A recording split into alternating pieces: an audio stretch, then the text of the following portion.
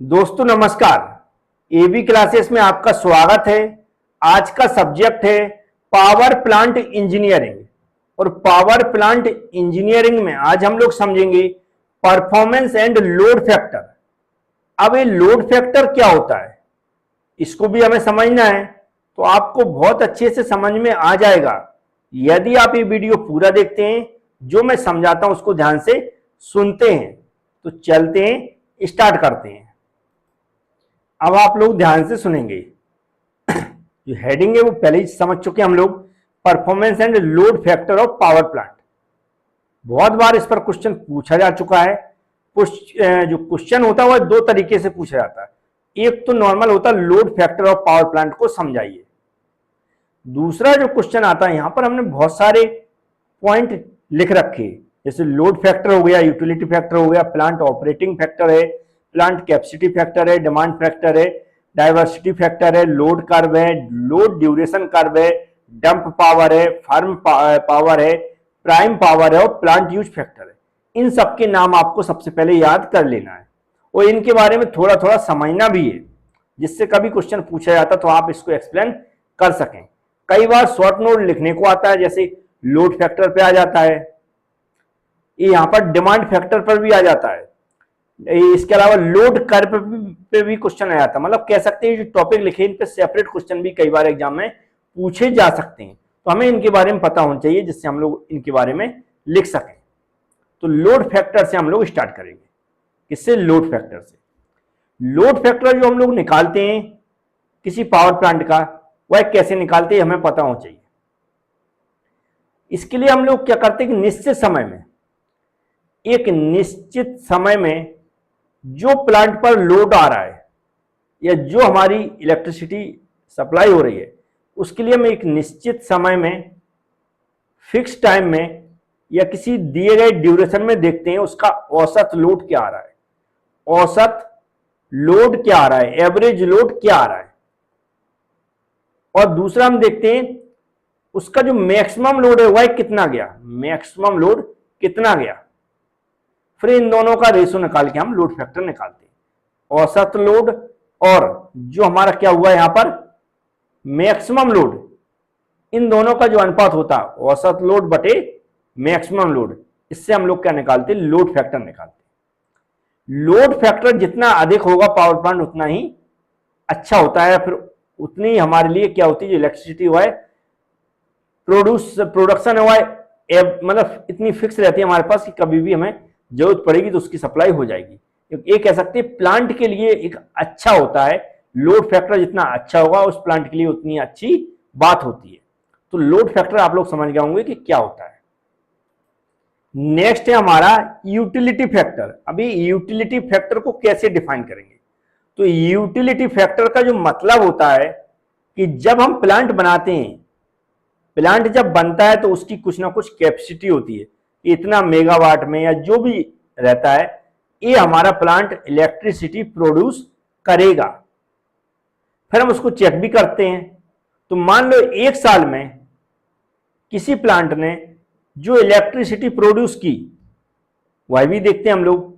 तो जो एक साल में हम लोगों ने इलेक्ट्रिसिटी प्रोड्यूस की और जो उस प्लांट की कैपेसिटी है, उन दोनों का रेशो निकालते हैं हम। उसी को क्या बोलते हैं, यूटिलिटी फैक्टर बोलते हैं। क्या समझ में आया? जो एक साल में इलेक्ट्रिसिटी प्रोड्यूस कर रहा है कोई प्लांट, फिर उसके बटे हम लोग क्या करते हैं, जो प्लांट की कैपेसिटी है उसका बटे करते हैं। वह जो हम लोग निकालते हैं वह क्या होती है, यूटिलिटी फैक्टर के नाम से जानते हैं। उम्मीद है ये भी आपको समझ में आ गया होगा। अब नेक्स्ट यहां पर बात करें तो क्या है, प्लांट ऑपरेटिंग फैक्टर। क्या है? प्लांट ऑपरेटिंग फैक्टर, जिसका मतलब होता है, इसको समय से डिफाइन किया जाता है। समय का मतलब जो हमारा प्लांट एक्चुअल सर्विस दे रहा है, जब हमारा प्लांट एक्चुअल में चल रहा है वो टाइम देखते हैं। एक्चुअल में जो प्लांट चलता है उसका टाइम देखा जाता है और टोटल टाइम देखा जाता है।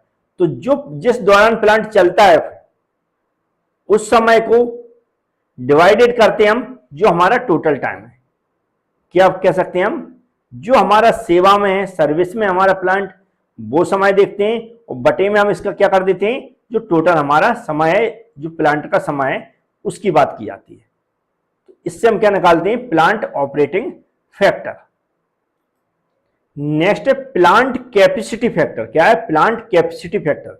जिसका मतलब क्या होता है? प्लांट कैपेसिटी फैक्टर का जो मतलब होता है, इसको या कैसे निकाला जाता है या फिर कैसे देखा जाता है? तो जो हमारी मशीनरी है और जो हमारे इक्विपमेंट है, उनका जो परफॉर्मेंस है, उन पर जो लोड पड़ रहा है, उससे देखा जाता है। अब कैसे देखते हैं? तो हम लोग जब मशीन या इक्विपमेंट खरीदते हैं तो उसकी लोड की कैपेसिटी दी रहती है कि वह इतना लोड बियर कर सकते हैं, इतनी क्षमता तक जा सकते हैं।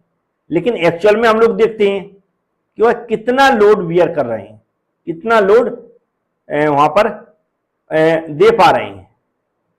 तो उस लोड को जो एक्चुअल में परफॉर्मेंस है, बटे में हम क्या करते हैं, जो उसकी रेटिंग होती है इक्विपमेंट की या मशीन की, और एक निश्चित समय के लिए हम लोग निकालते हैं। मान लो हमने 6 महीने के लिए, 1 महीने के लिए, 1 साल के लिए हमने देखा कि एक इक्विपमेंट का हम लोग क्या निकालेंगे, फैक्टर निकालेंगे। तो कैसे निकालेंगे? उसका उस पर देखेंगे मैक्सिमम लोड कितना कर पा रहा है एक समय के दौरान, और उसकी जो लोड की यूनिट, लोड जो उस पर दिया लिखा रहता है, जो उसकी रेटिंग रहती है, वह कितनी है। तो जो लोड बियर कर रहा है एक्चुअल में किसी समय के दौरान, उसका बटे उसको रखते हैं, फिर बटे में हम लोग क्या करते हैं, जो उसकी रेटिंग है, इस हिसाब से हम प्लांट कैपेसिटी फैक्टर निकालते हैं। नेक्स्ट है डिमांड फैक्टर। अब डिमांड मतलब होता है, डिमांड फैक्टर मतलब जो हमारे घर में, हम ऐसा अपने घर से अंदाजा लगा सकते हैं कि हमारे घर में जो हमें मीटर मिलता है, वह क्या करते, पूरे घर का देखते हैं कि कितना, कौन कौन से बिजली से चलने वाले हमारे पास इक्विपमेंट है, फ्रिज हो गया, मशीन हो गई, टीवी हो गई, बहुत सारे ऐसे सामान, सब कुछ लिख लेते हैं।